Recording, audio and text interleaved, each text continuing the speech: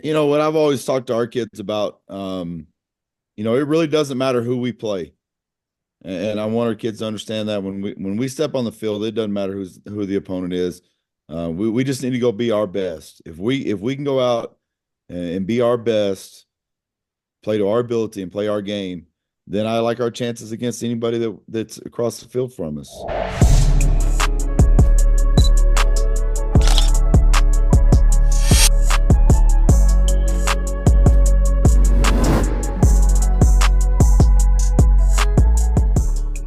What's up, squad? Welcome back to another episode of the Permian Basin Playbook. We're in for episode 34 tonight, y'all. Riding with me tonight are my dogs, BUSTA, SERG, Big Joe. Of course, I'm your host, KBALL. And tonight we've got a very special guest. Sitting in with us is one of the most respected men and leaders in our area, athletic director and head football coach of the Wink Wildcats, Mr. Brian Gibson. Coach Gibson, welcome to the Permian Basin Playbook. Hey, I'm honored to be here. Thank you for having me. Yeah, we've been we've Where's been the applaud at, Keith? Where's that little applaud thing you got? I gotta send it to our intern to get edited, but man, Coach, yeah, we're super excited to have you on. We've been waiting on you all year, but oh, wait, hold on, I have something. Somebody's trying to sign in here. Security Somebody through our very firewall, strong. man. What do you know? Whoa. Special It's a guest cannon. appearance. Former Wink Wildcat, current QB1 for the UTPB Falcons, and Coach Gibson's son, Kanon Gibson, aka Little Brett Favre. What's up, Kanon? So, man, I appreciate y'all having me on today. Good, man. Good to have you on. I do have to. I was kind of wondering with you guys getting you on, if you make a bad read during a game, does Dad still try to ground you? Nah, I can always look up and see him shaking his head up there, though. That's still happens. That's hilarious, man. Well, you've been playing outstanding this year. We're gonna get into our Q&A. We're first and 10 in honor of you guys. And Cannon, I'm gonna go right back to you, man. You're coming off of a huge win, D2 playoff win for the UTPB Falcons. What's the mindset heading into this week against Harding? Yeah, man, it was awesome. Fun game to play in. Wasn't our best outing by any means, but, it's just the same mindset as it's been every week. Just go 1-0, get back to work. We've got to clean up the little details, especially this week. Got to come out faster, but, we got a big challenge ahead of us, but I think we got the group of guys to go do it. So it's going to be a good one as well. Nice, man. We're rooting for you guys. Coach Gibson. Yep. Um, I know Keith kind of talked on it a little bit about you coaching Kanon in the stands and all that stuff. What's been Kanon's game? What's as far as like watching Kanon play from a high school player to a college player? What's been his biggest development from as a high school player to now? What you see now? Uh, you know, Whenever he was in high school, he wasn't challenged to read coverages. We could watch video during the week, and we knew what the coverage was going to be for that week, and they pretty much stayed in it and didn't have a lot of adjustments. And there was not a lot of variety to the coverages that he saw during a game. Um, One of the things that just amazes me now, watching him progress as a quarterback at the collegiate level, is uh, he's pointing out where the blitz is coming from. He's pointing out where the stunts are coming from. He's letting his O line know who is coming and who's not coming. That's something that I wasn't able to teach him. We didn't have to worry about that much in the high school ball. But he's taking his time looking over the defense, pointing out protection schemes for the line, and then throwing hot off the protection or off the stunt when they come. And getting the ball out quick and not taking sacks and not getting pressured. And I think that's one of his biggest developments out of high school to seeing him out there now. Yeah, that's awesome. That's awesome. Cannon, I'm really excited you're here. We've been following you for a couple of years now. I was hauling butt home from Dallas in traffic because I was not going to miss this episode with you. You too, coach, but I was really excited about Cannon being here. So, Cannon, walk us through the biggest play from last week's playoff win. Your dad just kind of talked about, you're able to see things he wasn't able to teach you. What did you see pre-snap? Talking about on the overtime throw? Yes. Yeah, I knew what coverage I had. It's kind of one of those things where if you make the throw, you're the hero type of guy. If you don't, you're the zero type of guy. We got trap coverage. We had a fade out call, perfect call for it. We had a whole shot opportunity. receiver actually didn't do what he's supposed to do, but he made a play and did what the right thing to do was whenever what the corner did. And, we connected on it, thank God, because if it wasn't, no telling what would have happened. Right? Man, I want to be you, Kanon, when I grow up. Good job, man. Players make plays, baby. Hey, Amen. Coach, Yes, I'm going sir. to ask you something, man. So I want you to take your time, just so that your grandchildren can enjoy seeing this someday, and you can leave a little bit. Tell me about your story, man. Of course, I know it, but not everyone else does. Like how you got started into coaching, and and how long you've been coaching, and just kind of explain your journey, man. I will, man. It's been an interesting journey. I never wanted to graduate from college. I was one of those that wanted to stay and enjoy life at the college level. My wife now was still playing basketball at Sul Ross, and I wanted to stay on there and be a GA. Unfortunately, they were only going to pay you $4,000 for the year, and you still had to pay for all your books and tuition and room and board and everything. And all the while, Pecos High School was offering a $4,000 signing bonus, and a salary on top of that. And then, you know, I found out Junior Williams was going to Pecos. Joe was going to go coach in Pecos. They had a spot for my buddy Charlie, and I was just like, "That's the perfect situation." So I took that job, and we probably had the youngest, dumbest staff in the state of Texas at that time, led by Gary Grubbs and Bubba Williams. But we had a lot of fun. We learned a lot of football, and we learned how to coach. And then I spent 4 years there. We beat Monahans. One of the first times that Pecos beat Monahans in the last 50 years, probably. Until this year, I think Pecos got them this year, didn't they? Yep. They did. I didn't even rub it in on you, Joe. That's all right. We were part of that. Your dad was a big part of that. I remember that whole week and how much fun that was. And then I went to El Dorado for 2 years as an offensive coordinator, started my journey there as calling plays and coordinating the offense. Went to Kermit for 6 years, had some really good years there in Kermit. Weird story is our athletic director got reassigned there in Kermit, and our former superintendent that was in Kermit had taken a job in Van Horn, called my wife and said, "Hey, I need some help.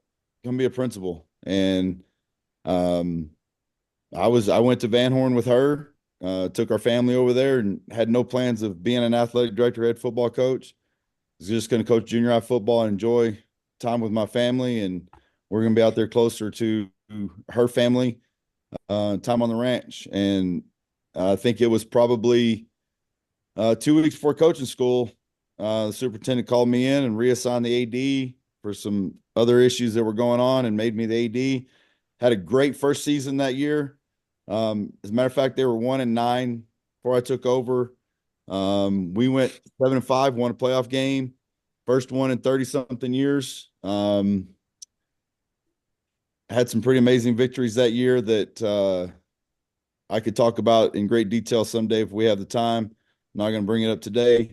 And then the opportunity here in Wink presented itself, and man, it's been a blessing for us. Wink has been so good for us. The community's great. The culture's great.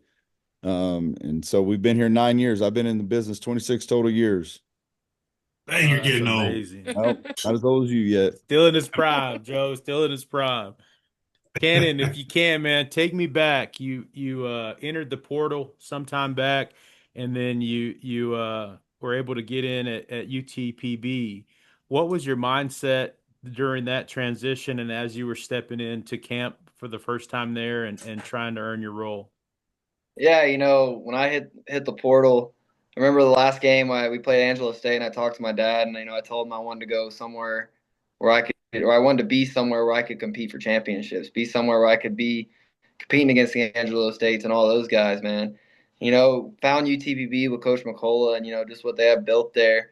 And you had to step into a role or a spot where they had a starting quarterback coming back that was really good, really talented, who did a really good job his true freshman year. and then another guy that was really talented as well. But I think the biggest thing for me was I got all my confidence back. I kind of felt like first couple of years, I just wasn't truly me, wasn't playing like how I know I could. Just the staff we have here, man, they let you be who you are. They want you to go out there, be competitive. They'll let you, like go out there, and they're not going to try and hold you back and make you be somebody you're not. I got to step into that situation and truly be who I am, just the type of fiery competitive guy I am. And, once I got to be able to do that again, I feel like my plays kind of stepped up as well. Yeah. Yeah. Let you be who you are. Joe has raved about you, man. He said he loved watching you in high school, and we've all enjoyed watching you these last few years, especially leading the Falcons and the way you have this year. So continue It was fun, man. I'm success. telling you.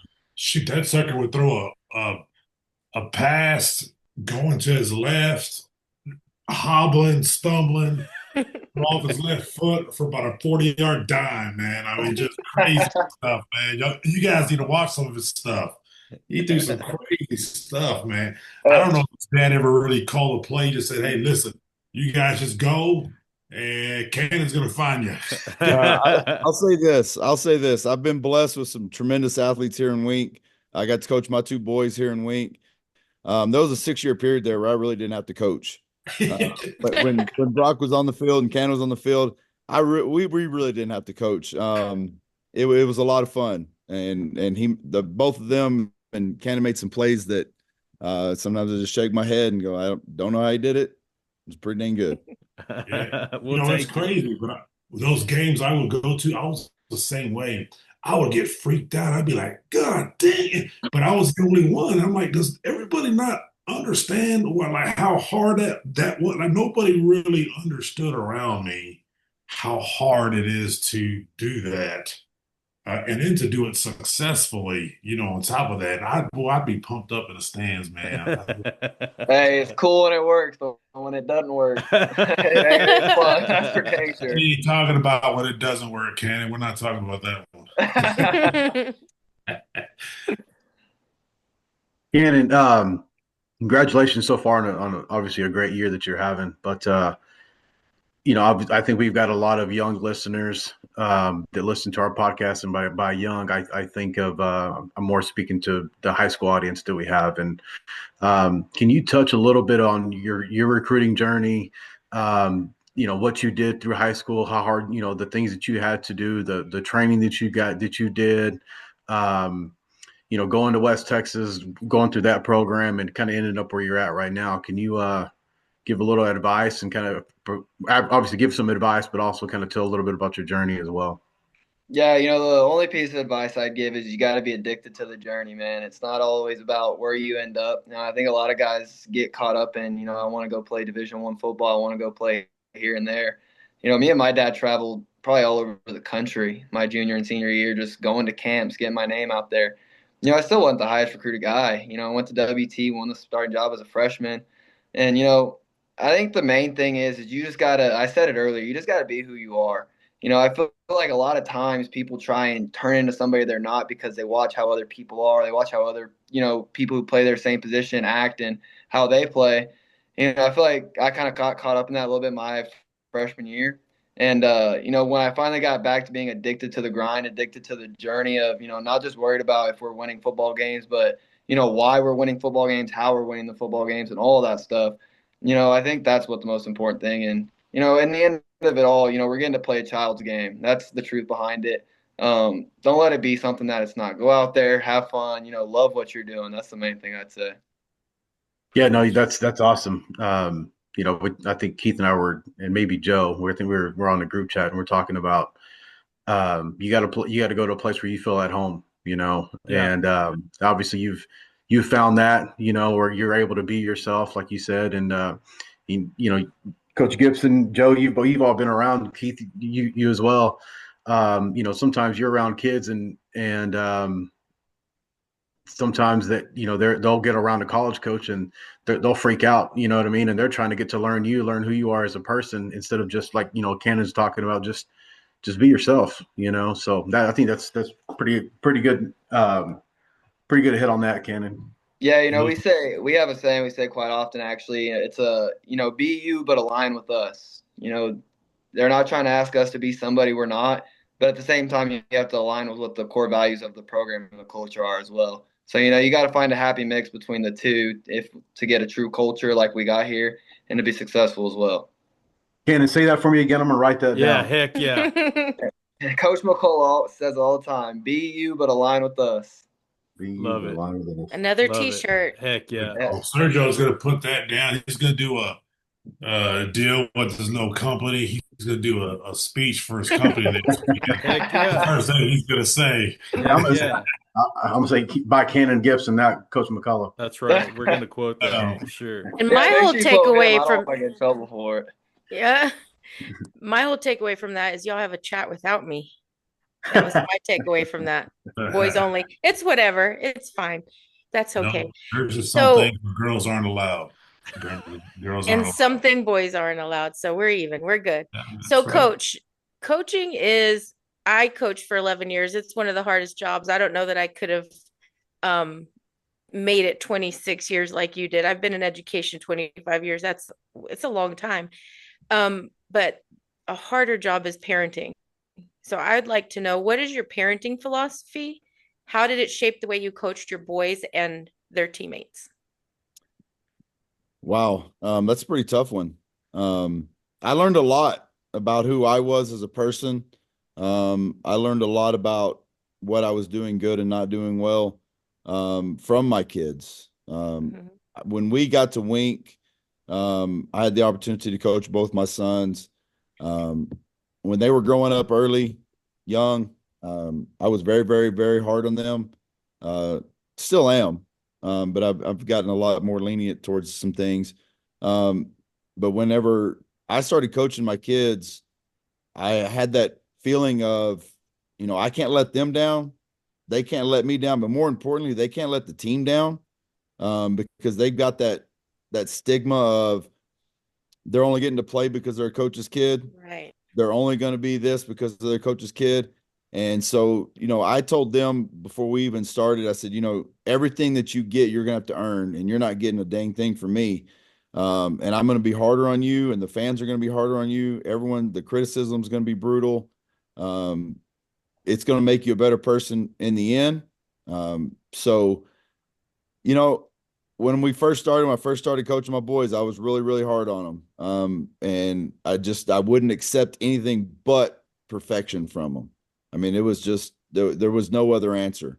And by the time Kanon graduated, I think I'd mellowed out a lot on that. Going back to what Coach Flores was talking about, man, sometimes you just got to let him go out there and play. And some of the things that he could do out there and watching him play, I just had to step back and say, let him play and enjoy life. But, coaching your kids is a blessing. It really, really is a blessing. But it's also a very tricky course that you have to, maneuver effectively, and be smart about what you're doing. So, I'm still learning from them. My oldest son, I think he's one of the best dads I've ever met, raising my grandson right now. And so, I'm learning a lot from him on how to even be a better grandparent than what I am now. Well, Man, I love that's that. why you start to get soft, man, because I don't know what it is, but the minute you become a grandparent, Hey. all of a sudden, man, it's over. Like all that tough stuff that you used to think you did, that you don't even, that's out the window now. Like I used to think I loved the cold. Guess what? I don't love the cold, but that was a 30-year lie. That was a 30-year lie. I didn't like the damn cold. You know what I mean? Stuff like that. You're not as tough as what you thought. You ain't near as tough as what you think or what you want to be. I mean, honestly, we don't want to be tough, man. By the time you become a grandparent, man, your tough days are long behind you, man. You don't really care about that junk. That's hilarious, man. Hey, Coach, I do have a cool question for you, man. You said it earlier about your good wins. You've been coaching a long time, older than Moses. I mean, you're out, man. You're old, man. And so out of the 7,825 football games that you've coached, what are the two most memorable in a good way? Or you could do three, your just favorite, most memorable wins. And then, there's always one or two, and you probably know the losses more than the wins. Yeah. One or two games where you're like, Oh, I wish I could have had that back. Um, It's a good one. so yeah, it's a good one. I don't know that I could ever say that I truly have one win that's bigger than another win.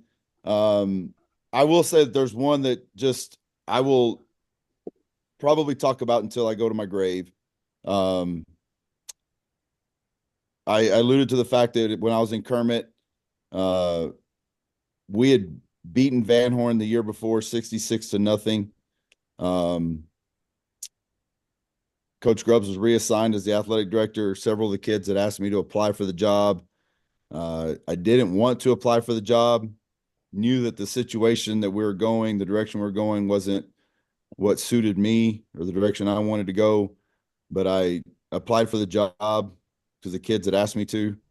And I got an email from the superintendent that said, "Thank you for applying. You did not make the cut." I've been an employee of that district for 6 years. And Like 5 minutes later. given my everything, you guys know what the coaching toll is and the work. I got an email that said I wasn't good enough. And so that very next year, I take over a Van Horn team with the staff that we have and the kids that we have there. And I bring that team back to Kermit, the place I wasn't good enough to be at, and we beat them. Oh man, nice. And Kept receipts on them, huh? the joy of when I knew that game was over, we had it in the bag, and seeing that superintendent walk off the field before the game was over, yeah, that one felt good. I dig it. Yeah, and so outside of those, like it's hard for me to ever really say this win and that win was bigger than another. We've had some amazing victories throughout my career. I can name a dozen of them in Van Horn. I can name 60 of them here in Wink.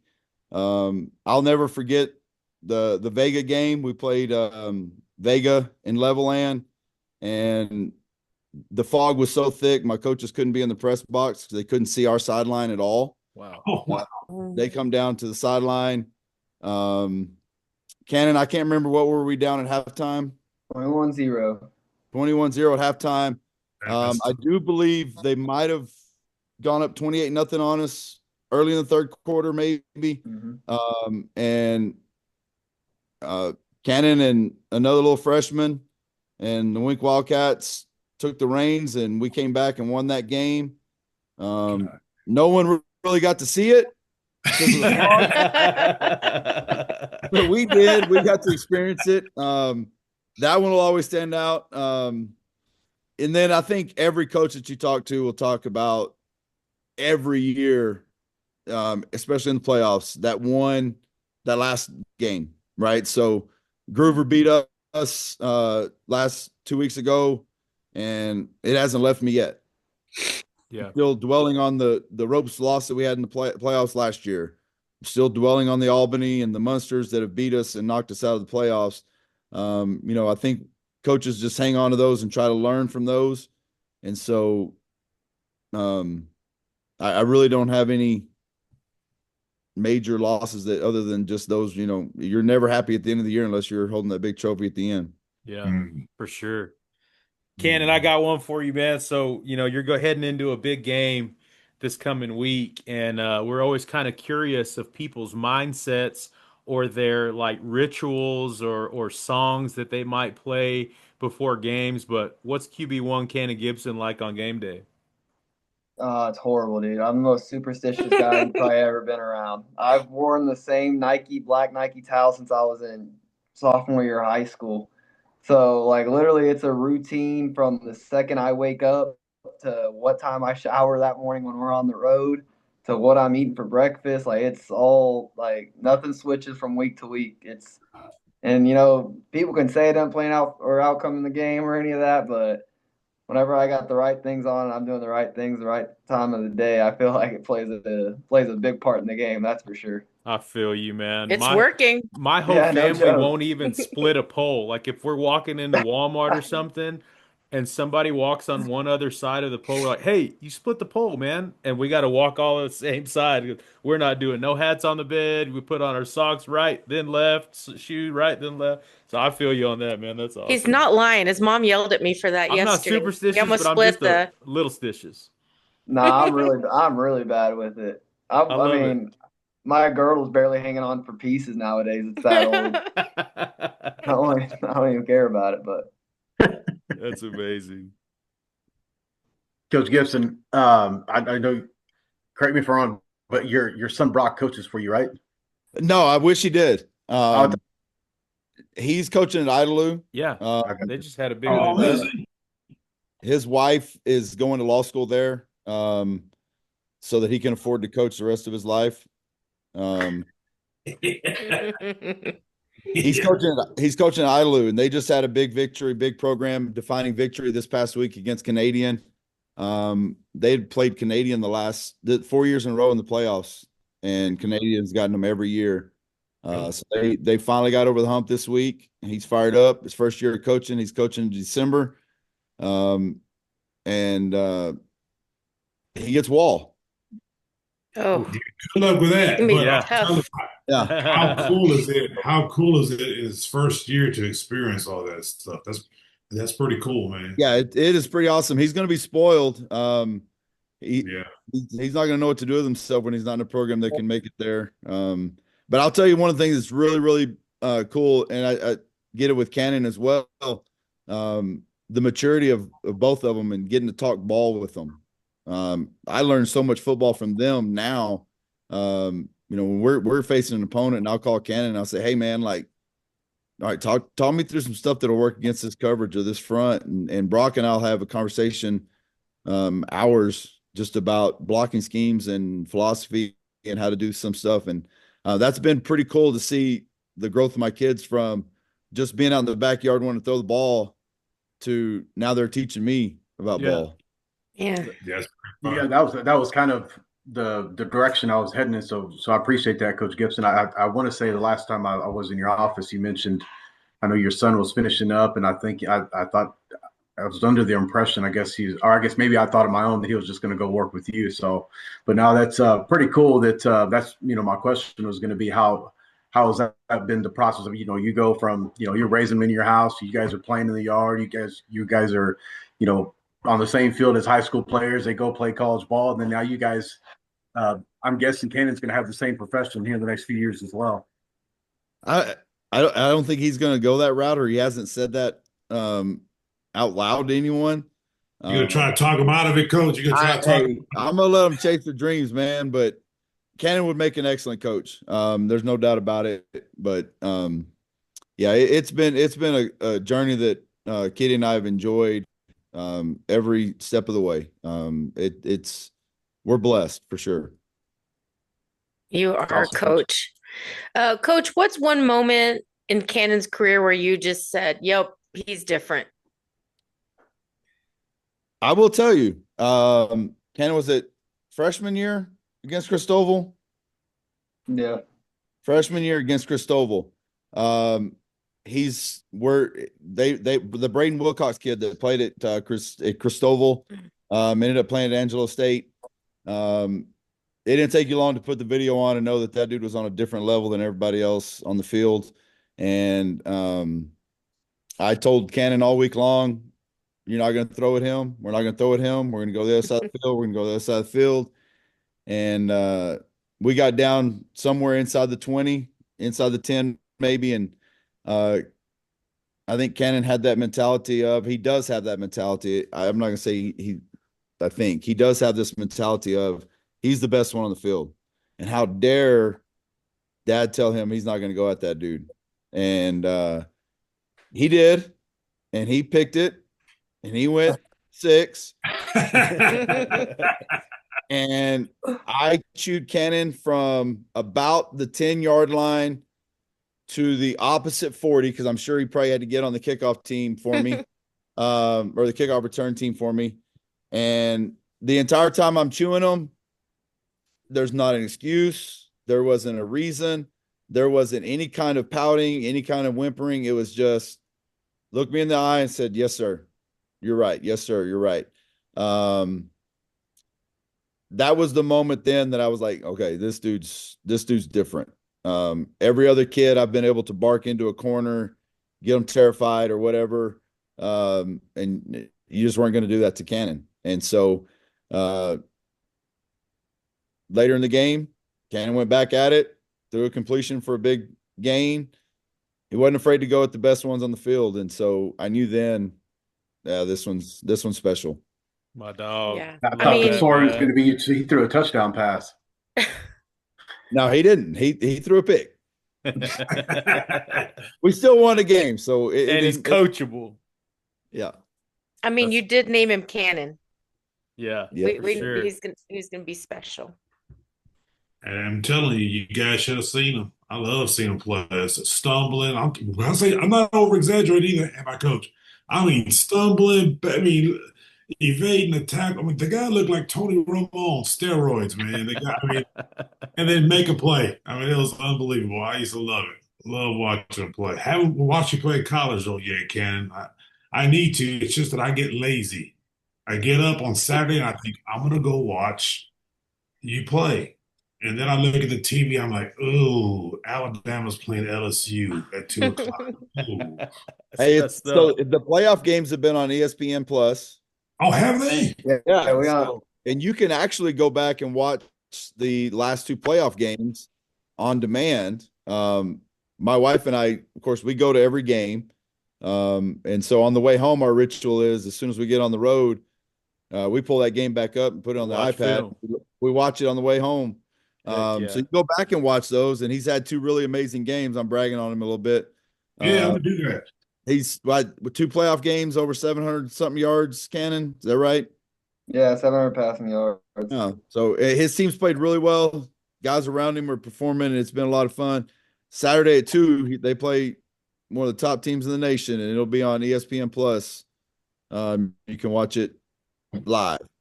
And he's going to make it exciting. I'm telling you right now, Little Farm will make it exciting. You're gonna have to clip that. Hey, you're gonna have to clip that right there. Hey, bro, we got you, man. We got you. We'll post it after. He will make it exciting. I promise you. We got you on that. Speaking of that, thanks everybody for following us on all of our social guys. This past weekend, we were able to get out to all the playoff games, and we had clips loaded on our socials from all the games that our representatives were at, and we accumulated over 30,000 views. So that's just amazing. Speaking of that, Kanon, you do something really good, clip it for us, send it to us, man. We'd love to get that on. But all right, guys, if you take a look at your rundown, we're going to enter our 2-minute rapid fire drill. We've got 2 questions for Kanon and 2 questions for Coach. I got it? Hold on. I don't got it. Every good train needs a good caboose, Joe. You want a fast answer right here? We want a fast answer. Yes, sir. We're in the 2-minute drill. All right, let's go. All right, Kanon, favorite memory from Wink? Beat McCamey for sure. Like it. In every sport. Every sport, baby. SERG. Coach Gibson. Besides your kids, favorite player you've ever coached? Both kids. It's a tough one. He's coaching them now. Ooh. Besides my kids, favorite player I've ever coached. And you're going to put me on a spot. Big time. I'm going to say Wade Halterman. Nice. It's a good one. Nice. Kanon, hardest hit you ever took?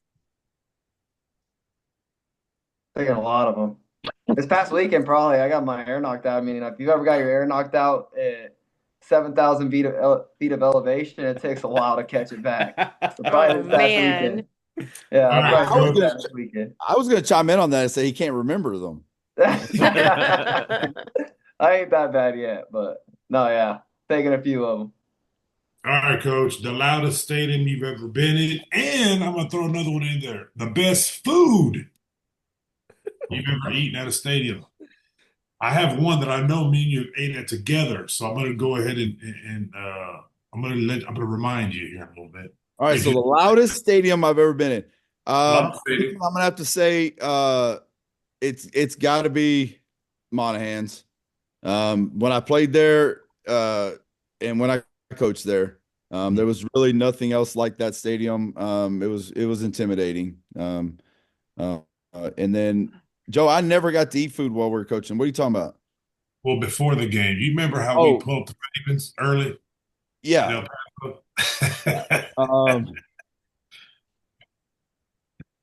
man, that's a tough one. I don't know that one. What's the answer? I told you Fabens. You remember we used to pull up the Fabens early, like at 3 o'clock, and the Yeah. cafeteria was right there. We'd eat like, man, they cook a full meal, man, like enchiladas, tacos. Yeah. I mean, It was everything. good. I agree. Hey, Man, no one does that anymore. No one no, does that anymore. it was great, man. We go and eat and get full. We probably take a nap. I mean, I don't know what we did after that, but we're so full. It was fun. It was great. It was great food, man. Fantastic food. That's why we both got up to 280. All them tacos. All right, guys, we scored a touchdown because of Kanon and Coach, man. Let's hear it for him, man. Good job. But all right, Kanon, I assume you got maybe some school tomorrow. I'm not sure. You got practice. You probably need to get on your film study or something like that, man. But thanks for joining us tonight. We're really happy that you were able to come on. We've been following you all year, and the Permian Basin is proud of you, dude. And all the best to you guys, you and the Falcons. And thanks for being on tonight. Yeah, man, I appreciate y'all. Love keeping up with y'all, and appreciate y'all having me on tonight. Yes, sir, man. Take care. Good luck luck. to you, Ken. Appreciate Good luck, you. buddy. Have a good one. See you, Ken. What'd you say, Joe? The only two-time Hey, he's the only two-time 33 lead athletic club player of the year. He's the only one. Pretty Only one, special man. right there. He's I'm awesome, telling Coach. He's awesome, man. You've done I'll well. tell you, Brian and Kitty have done fantastic job with the boys, man. They, of course, I've known them since they were little and always so respectful and just, really good kiddos, man. So hats off to you two, Coach. Thank you. All right, let's enter our news and notes segment. I've got 3 points here. First one is shallow water native and former Red Raider Eric Morris has been named as the Oklahoma State University head coach. He'll be headed there, taking over the Pokes. See if he can turn that thing around. Should be interesting in shallow water in Stillwater, in the near future. Then my next point is former Baylor head coach Art Briles is headed to Division II Eastern New Mexico. That news broke last week and was all over the internet. Pretty bizarre that he's going to be in Portales, eating at Cattle Baron, but pretty crazy. And then make sure you guys get your nominations in, so Joe will be happy with us. January 18th is the 33 Lead Foundation banquet at the Bush Convention Center. That's all I got. Anybody else got anything? Yeah, we talked about Lane Kiffin, but now that we got Coach Gibson on this, I know he's got a little bit of insight when it comes to the portal and coaching changes. I know he's got some friends that are in the coaching world that are, big time college coaches and things like that, people that he knows and talks to that are part of the association. Obviously with Lane Kiffin leaving, I think I was kind of reading on there. Of course, he told his team today he was leaving, and I think he was trying to get some staffers to go with him to LSU. Obviously, I think there was some players that he's trying to go after, things like that. I don't know. Like I said, I'm glad Coach Gibson's on this episode here with us. But Coach, what's your thoughts on this? Coach is leaving mid-year. We're not really mid-year. We're at the end of the year, but we're still, they're getting ready to make a playoff run, and kind of talk to us a little about that and what your thoughts are on this. My first thought is, thank God I'm near the end of my career when all this is starting to hit. I've always been taught and try to teach our kids and our staff. There's nothing like loyalty. Being loyal to the brand. But that's changed so much in college athletics. I pray that it doesn't hit Texas high school athletics the way that it's hit college athletics. I think it's completely changed the landscape of college athletics. And I can't blame Lane Kiffin. I mean, like, he's got to take care of himself and his family as well. I'm sure that where he was at and Mississippi was not his destination job. It's not where he really ultimately wanted to be. And maybe LSU is where he wanted to be ultimately. It's just hard because, man, like, you as a team, they invest so much in you as a coach and buy into everything that you're saying and preaching and doing.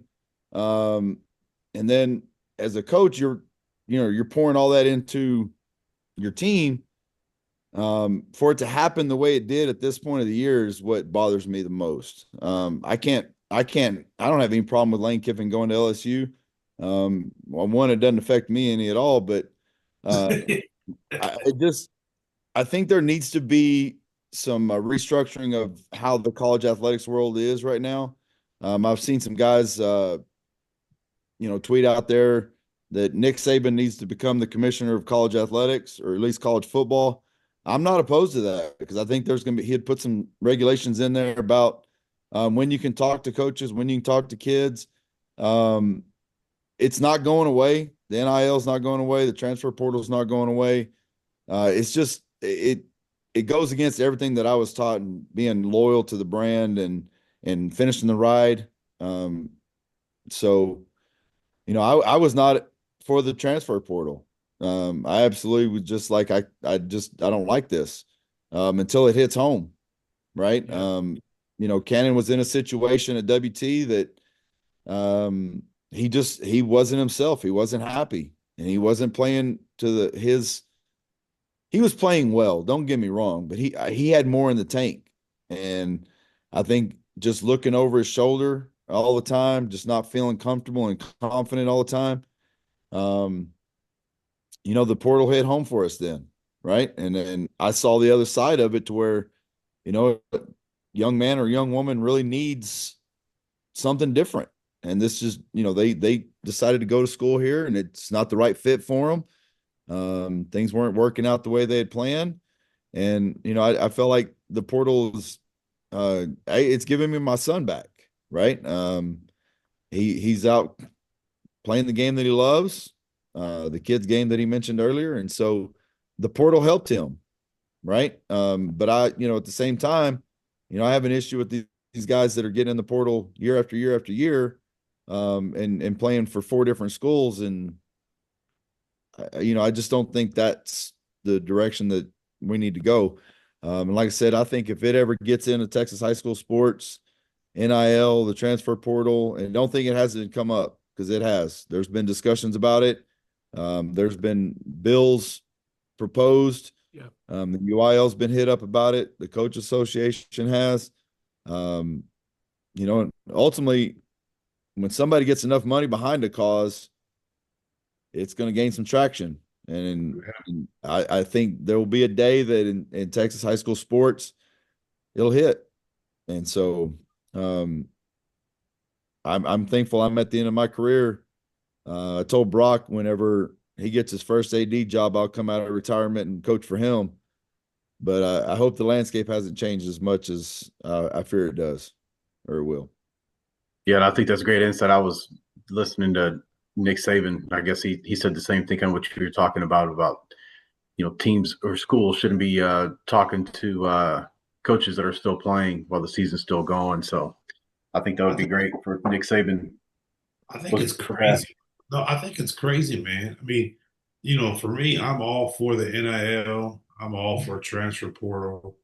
Man, I'm in for Lane Kiffin going to Alaska if he wants to. But for me, man, I think there has to be some type of structure, right? I mean, you just can't right now it's the wild, wild west. Yeah. There has to be some type of structure. Kids can talk whoever you want to. second game of the season. You got guys playing two games. Then, it's crazy to me.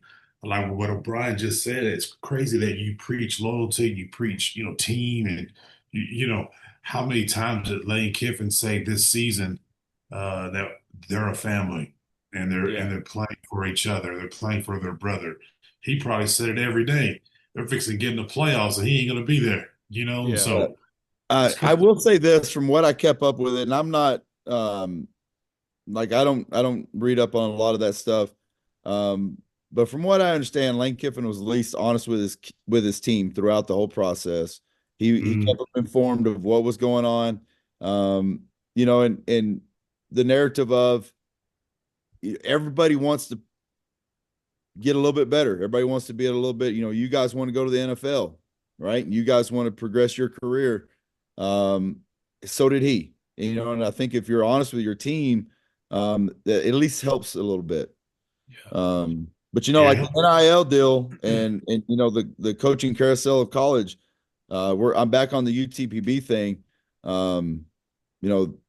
The entire Permian Basin really needs to rally behind what Coach McCullough is doing there at UTPB.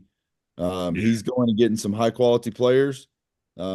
He's getting good coaches. He's got a good young staff that believes in their kids. And they're going to come. Somebody's going to come calling for him. Yeah, because he's had a lot of success. And I think if the Permian Basin can rally behind what he's trying to build there in Odessa, and help him with the financial strain of competing in college athletics these days with NIL, not having a stadium. I think if the Permian Basin would get behind helping him out and the Falcons, that's a program that can mirror what Texas Tech is doing with Joey McGuire right now and kind of become the pride of West Texas out here, that the entire Permian Basin can rally behind. Yeah, sure. Did they try to build a stadium on campus? They tried to do that. I heard. I know they've talked about it, and they have plans for it. I think it's the funding. I think they hit snags on funding on it. I'm not involved. I'm not, but that's just what I've been told and what I've heard. But I think when he's trying to recruit young men to come play, he can get them to Odessa, but he's having to recruit against W2, who's got a really nice stadium. All these colleges have a really nice home stadium. And there's nothing wrong with Ratliff and Astound where they play now, but it's not their stadium. And so I think he's building a program that can sustain success. He's just going to have a lot more support from everyone in the Permian Basin. Yeah, I agree, man. Great insight, Coach, man. I appreciate that. It's that, I assume he would leave because as far as Lane goes, he wants to flip maybe some recruits the earlier that he actually leaves is the only reason. But I'm like you, Joe. I mean, how many times do you hear a football coach say, we got to finish, right? Let's finish. Let's finish the drive. Let's finish the season. Let's finish it strong. And then you take off on them, man. So that's like, it's hard, man. It's different. It all deals with the transfer portal window. Yeah, it's the rules. If they would fix that window to where coaches could finish their season before the portals opened, then they wouldn't have to bail out to go get guys to build their new team. And it looks better on the coach too, man, in my opinion, because we wouldn't be having this discussion about Lane leaving early because he would be able to do it more, I guess, politically correct, I guess you would say. And then as far as some of the being able to talk to the kids, in a sense, I think the NCAA is kind of just throwing a fit a bit, like, hey, you guys wanted this, so here's all the problems you got with it too, and just kind of sitting back and letting it kind of blow up. Because I was watching another podcast that they were discussing some of the lower series of football in college, that we build these kids up, we give them a platform to play, we teach them, we coach them, and then all of a sudden they get swept out by one of these major Division Ones, and it's a free market, and in a sense they're not getting paid for their what they built as well too. So it's crazy. We're in a different time, but I think we could talk about this for 3 hours. So Y'all could. all right, segment 3. Let's get into some game analysis. I want to let Joe and Serge talk about first off, congratulations to Rankin. Had a great win this past weekend, Red and Devils. yeah, they're going to be facing, and we'll talk about them here shortly. But they'll be facing Water Valley. Shout out to Permian, man. They had a tough battle against Allen and also Seminole. They weren't able to get it done against Brock, but Joe and Serge were actually at the Greenwood Graham game where Greenwood won 36-21. What stuck out for you guys in that game? So I went to the Seminole game as well, but the Greenwood game was a good game, man. It was really two evenly matched teams. It didn't look like a the score, but Graham has a big time quarterback, man, who can really run, and so he was really hurting Greenwood, and it was really close. And then I think about right there towards it, I'm Sergio, I could be wrong, but I think right there at the end of the second quarter or mid-second quarter, he pulled his hamstring and he just couldn't get going anymore. He couldn't run anymore. He became more stationary, and then you become stationary, and them Greenwood Rangers, man, they suckers just started getting to him, man. Started hitting him, and then man, they hitting him more and more and more. By the end of the game, he was banged up. He just couldn't run. Oh And man. so but the Greenwood Rangers played fantastic. They played fantastic. Kanika Madrid made some big time throws, as we saw one of those there on Facebook, but he had some other ones too. Some great runs, and they look good. I think they have a real shot next week. So, Yeah, I think that was, like you mentioned, Joe, the second quarter with Jace Gill from the quarterback from Graham going down. It was that drive that actually made it 16-14 right before half when he busted that run, and you could just tell he kind of pulled up, and I think he kind of hurt his hamstring there on that drive there. But Lincoln finally got going a little bit. Greenwood made some plays in the air, a couple of busted plays. I think that Lincoln was just elusive and was going out and making a play. I'll actually talk to him about that today, and he said that was the running back wasn't even supposed to do that. He just escaped out, and the running back took off on the wheel route, and he hit him in stride. So it kind of worked out for him. So, but that was kind of the biggest difference. Obviously, I think if we keep on talking about it all year long, is how good Greenwood's defense is. Yeah. So I think I'm excited about Friday with Greenwood and Brock. Should be a good one.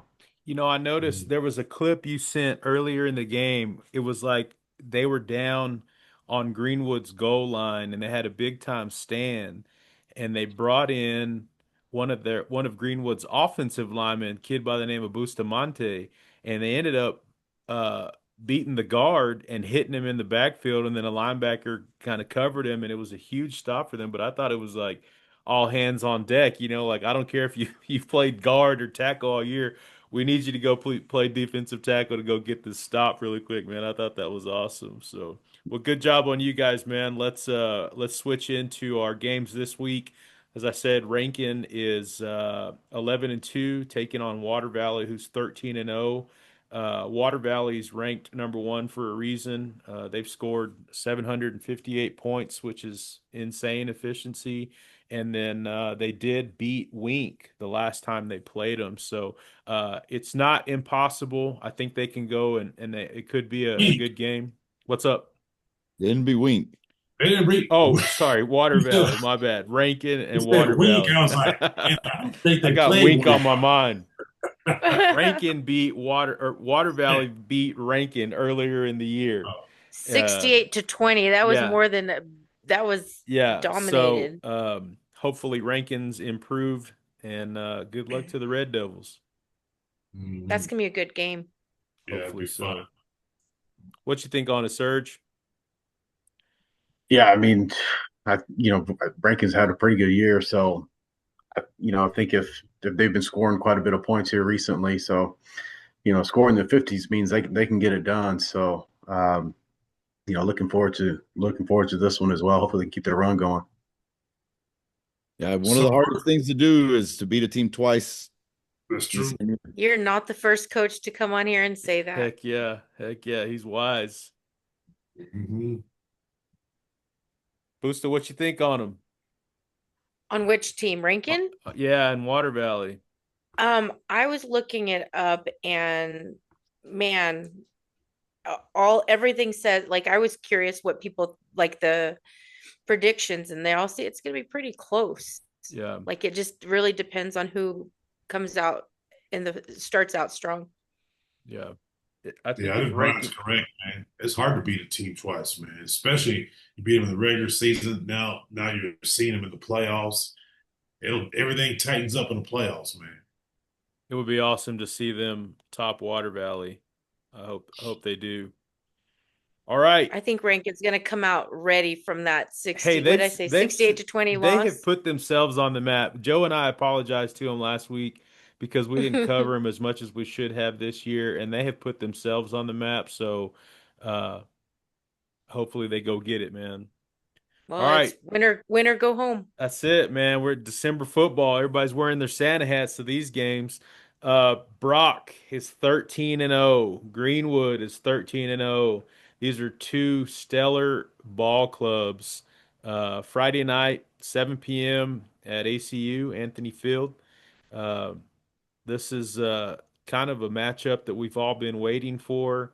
I was hoping that Seminole would have a better showing. Maybe they beat these guys up a little bit. Brock averages 56 points per game, where Greenwood averages 46 points per game. But both offenses are still elite, and Greenwood's defense has played better and progressively gotten better throughout the entire year. So, Coach, I'm interested. Game something like this, 13-0, 13-0, with a stellar program like Brock. What's kind of the process in the locker room? What are you trying to portray to those guys? What I've always talked to our kids about, it really doesn't matter who we play. And I want our kids to understand that when we step on the field, it doesn't matter who the opponent is. We just need to go be our best. If we can go out and be our best, play to our ability and play our game, then I like our chances against anybody that's across the field from us. So I think the key for Greenwood in this situation is, don't make the game bigger than what it really is. Go play your game. Go do your thing. Don't get too hyped up or too, defeated early in the game, because it's a long game. It's going to take 4 quarters to win.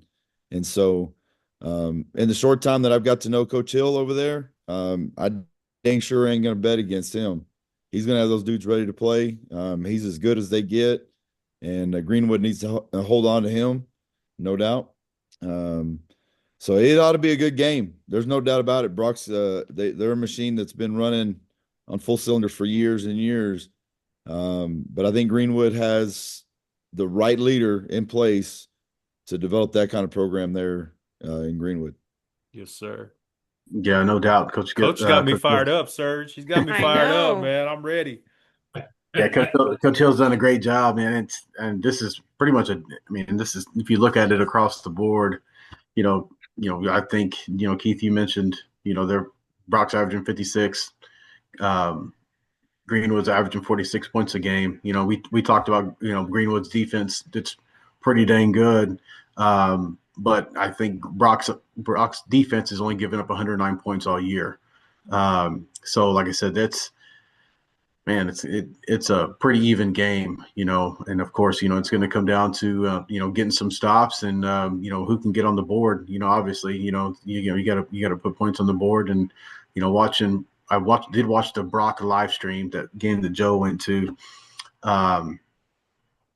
Brock's run game is pretty good. They're going to throw some screens. They're going to run the ball. If Greenwood can get some stops and find some ways to make some big plays on offense, I think that's going to be key for them. But like I said, I'm super excited about this game. I think it's going to be a phenomenal game to watch. Yeah. I think coach is the whole mindset. I think that's what's going to happen to Brock. They're so used to always being the powerhouse and dominating big. I think Greenwood is going to surprise them a little bit, and they're going to get shook. And then Greenwood they're resilient. They've come back. Last week, right? They came back at the half, and what was it, like 30 unanswered points after the half? I think that Brock's going to get shook.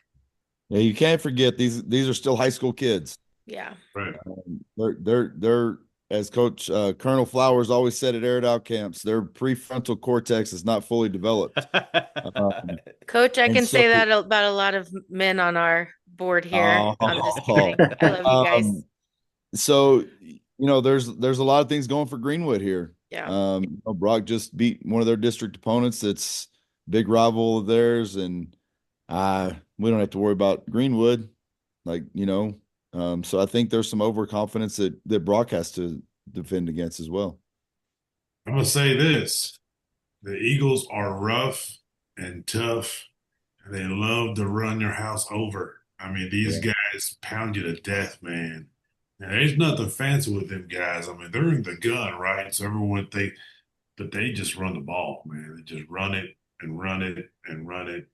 And they beat Seminole to a pulp, really, just running the football. And, you look over there and them suckers don't, not from what I can see, would they have any guys that are going to Oklahoma or anything like that, They just well coached and they're very, very physical, man. They love hand-to-hand combat. And so when you play teams that love hand-to-hand combat, you better love it too, because these guys are going to come right at you. With that being said, Greenwood, they kind of like to play a little hand-to-hand combat too on that defensive side of the football. So I think if the Woods are able to slow them down first, second down, stay disciplined, get them in some third and average, some third and mediums, third and longs, things like that, and keep that consistent throughout the game, I think Greenwood has a great chance. Yeah. Give Lincoln time, man. He's like Novocaine, baby. Just give him time. He always works. Him and Dylan Payton, man. Again, we mentioned him last week, and he showed up big time on that corner route, man. Great catch. One got 1 foot in right at the end. Tremendous grab. So I'm excited to see this one, man. I hope they go get it. All right, in honor of our guy Kanon, UTPB is 10-2 facing the Harding Bisons. This game is being played in, is it Searcy? Is that how you pronounce it? Searcy, Arkansas at First Security Stadium. UTPB has a high octane offense because of our guy Kanon and his weapons around him. From what I read, Harding is a little bit more of a bruising type of offense and a flex bone. Is that right, Coach? That's right. Yeah. Now both teams rank among the best in the nation on 3rd and 4th down, from what I read on d2football.com. And so I think this is going to be a little bit of a chess match. But man, like you guys mentioned earlier, the Falcons' passing attack has been one of the best in Division II. And then, but Harding's defense is really good too. So this is going to be a battle, man. I'm really excited to see this. But Coach, what's your thoughts? How is it being dad, and how is it being a coach trying to put all this together and go cheer on the UTPB Falcons? Well, first of all, I'm blessed to get to go watch them play. It's truly an honor. We love it. My wife and I go, and we're going to fly up there and go. It's kind of funny that you bring this up after the Brock and Greenwood analysis, because there's a lot of similarities in the two. Yeah. Brock is a physical downhill running style football team. And Greenwood has a really stout defense. You look at Harding, that's what they do, right? They're going to get in the flex bone. They've been running this for years. They're a traditional power in D2 football. You're not going to get a lot of opportunities with them, right? They're going to keep the ball from you. They're going to, control time of possession things. So I think the key for UTB is to maximize every opportunity they have. Don't squander opportunities. I will say this: the Falcon offense gets a lot of credit, and rightfully so. I mean, they've got some weapons and running backs, and their line's really good. But the true strength of their team is their defense. Their defense is really, really good. In my opinion, they have probably the best Division II football player in the nation playing linebacker for them. Has tremendous instincts. Tristan Exline. If you haven't had a chance to watch him play and you get an opportunity to watch him Saturday, that young man can flat out play the linebacker position, and he gets it. Secondary behind them, really talented, fast. They're athletic. Now they're gonna have to make a lot of tackles. They're gonna have, they're gonna probably be tackling more than they're gonna be covering this week. And then, but their defense is really probably the heart and soul of their team. The reason why they won the game at Western Colorado is the defense kept them in the game. There was several opportunities where Western Colorado had a chance to put a nail in the coffin, and the defense just wouldn't let it happen. And then the offense finally got their footing and got going, and they played complimentary football there at the end of the game to win it. So I'm really interested to see the UTBB defense against the Harding offense. I know Jake Shaw's got to play against that offense. They were in the same conference a couple of years ago, and so I know he's seen it. I know he has a plan for it, and I know he's got the dudes on the defensive side to go get it. And then, I think this game will come down to the special teams, to be honest with you. If UTBB can shore up their kicking game and their field goal and extra point, and their kick coverage, stuff like that, I think that's going to be the deciding factor in this game, is who wins the third phase of the game. I like Hey, it. Coach, correct me if I'm wrong. Is this the semifinals? This is the regional finals, and I guess the national quarterfinals or something, whatever. I mean, depends on what. Yeah, they break them into it's called Super Region 4. Okay. So they have 4 super regions. And this is the finals for that super region. So they're in the Elite 8 right now. Gotcha. Okay, I got you. All right. Coach mentions that X line, right? It's X line. Yes. I want to say that I read he had 20 or 22 tackles against Eastern New Mexico when they played him earlier in the year. Yeah, and that was in the third quarter, I think. Oh my gosh. Dude is a bullet, man. But he's not a cannon. He ain't a cannon, but he's an X line. I'm telling you that defensive that they have there, real deal. He benefits from a great defensive line. Those dudes up there can flat get it, and so they keep people off of him, and he's instinctful, and he can run and go get it. And so that's really what I'm anxious to watch Kanon play against a very, very, very good defense. But I got a lot of confidence in Kanon. I know he's going to have a lot of confidence in himself and his teammates. But I'm really interested to see how that Falcon defense does against that offense. That's awesome, man. Yeah, I Great think it's opportunity. going to kind of come down to first and second down for UTBB's defense. If they can keep them in limited gains on first and second down, make them getting those third and longs, third and mediums. That's not Harding's game. They want to be in those third and shorts. And I think that's going to that's what it'll kind of come down to. So like I said, I just once you play that, just like Coach mentioned, you play a team like the Flexbone team, and you got to minimize mistakes on defense, maximize your opportunities on offense, and make sure you score every single possession, because you may get 7-8 possessions in the entire game. So it'll be fun to watch. I'm excited for him. Coach Flores will remember when we were in Pecos, we ran that split back veer. Good. Hey, those teams, they love the term 3rd and 3. Yeah. They love 3rd and 3. So you got to keep them in 3rd and longer than 3rd and 3, because they love 3rd and 3. So this will be their second time facing the Flexbone team this year, right? Yes. Yeah, Eastern ran that. Yeah. And they Awesome. shut them down. Like they had a great scheme. Now Eastern's not Harding. We all know that. Yeah. But their scheme was very effective against them. They shut them down, and they'll have a few wrinkles thrown in there for Harding, but uh, it's going to be a really interesting matchup. Hmm. You said they're televising it, Coach, live? It'll be on ESPN Plus. So if you have an ESPN Plus account, it's live. I'll be on the golf course Saturday at 2, but I'm going to watch it. I'm going to have it right there in my little deal. I will be watching. Coach, so it's pretty cool. You see Lori at all the football games, right? Yes, they're at Lori's at Lori and Laverne. Yeah, you Squad, too. they go to all the games. I didn't see them at this past game. I'm sure it was probably pretty hard for them to get to all the way to back-to-back trips to Colorado is hard. Yeah. I'm feeling it right now. Yeah. Yeah, it's really, really cool that you get to run into Lori and Laverne and say hi to all them, and it's kind of come full circle. It's pretty I cool. know, man. And Junior's still in the playoffs. Junior's still playing.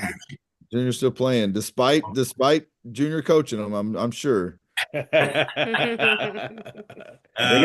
Everybody has to Duncanville. overcome something, right?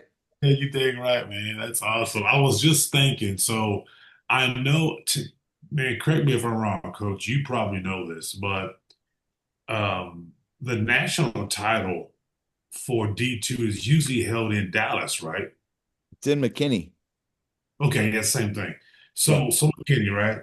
And so I started to think, man, wouldn't it be cool if Junior played a state title game on Yeah. Friday and then got to watch his nephews That would on be Saturday? pretty nice, man. Man, what a awesome thing for him, man. So, Be a heck that's of a cool. Christmas gift. Oh Right? man, fantastic. And they can do Junior, it too. they got a tough one. They got Duncanville, but they just, I know Coach mentioned that earlier. That's their second time playing Duncanville this Yep. season. They knocked Yeah. off Duncanville earlier in the year, right? It was in a close Yep. game. It was an upset. Yeah. Yeah, they got That'll a be Junior, nice. got an A&M commit, right? A safety or something. I'm sure they have a few. Yeah. Yeah, for sure. Oh, Junior Williams has his hands full this week. You better dial something up, boy. Oh, well, Coach, man, we can't thank you enough for joining us on episode 34. Shout out to Kanon. Hope you're asleep by now and you're getting rested up for this week. But man, Coach, honestly, I would love to have you on every week. For one, you pump me up, and I'm ready to attack this week, and I can't wait to go to work this coming week. But again, thank you for coming on. We've been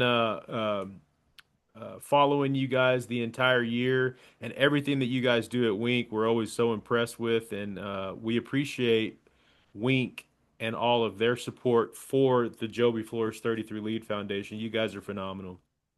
Well, thank you for having us. It really is an honor to join you guys. And it really is an honor to be someone that supports 33 Lead. Joby was a tremendous influence in my life. I probably didn't get to spend as much time with him as I really, really wish I could have. But he was one of a kind. And if there's anything I can do to help his legacy grow and expand, I'm all for it. And I'd be more than happy to join you guys anytime you want. Heck yeah, man. Heck yeah. Sounds Coach, good. appreciate you, man. You're awesome. All right. Thanks, Coach. You guys have a good night. All right, buddy. See you later. Yes, sir.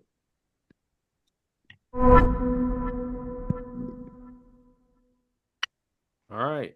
Well, that's going to do it for episode 34. Once again, thanks to Brian Gibson and Kanon Gibson. How about that, guys? That's pretty awesome, huh? That was pretty Yeah. cool. Stellar family. Once again, thank you to our sponsors, Double T Services, HZ Services, Kodiak Gas, and Texas Farm Bureau. We couldn't do it without you guys, man. And once again, thank you to the Permian Basin in West Texas. We have a little announcement. There's another little side note of our news and notes. from August of this year. That's kind of our beginning of the season, right? Is when we join volleyball and football and we go through the entire year. From our entire social media platforms, we've been seen almost 300,000 times, 266,000 times on TikTok alone. Actually, it's 280,000 times now. So we have grown so much. We're so happy to have all the kids' clips that we get and parents that are really appreciative of us following their sons and daughters, and then all the cooperation from the area schools. And we're very proud of that, and we're happy to bring this to you. But hopefully all these teams win this weekend. Good luck to you guys. And most of all, play hard, lead strong. That's the 33 lead way. All right, guys, you guys have a good week. We'll talk to you soon. Permian Basin Playbook. We're out of here. See y'all later.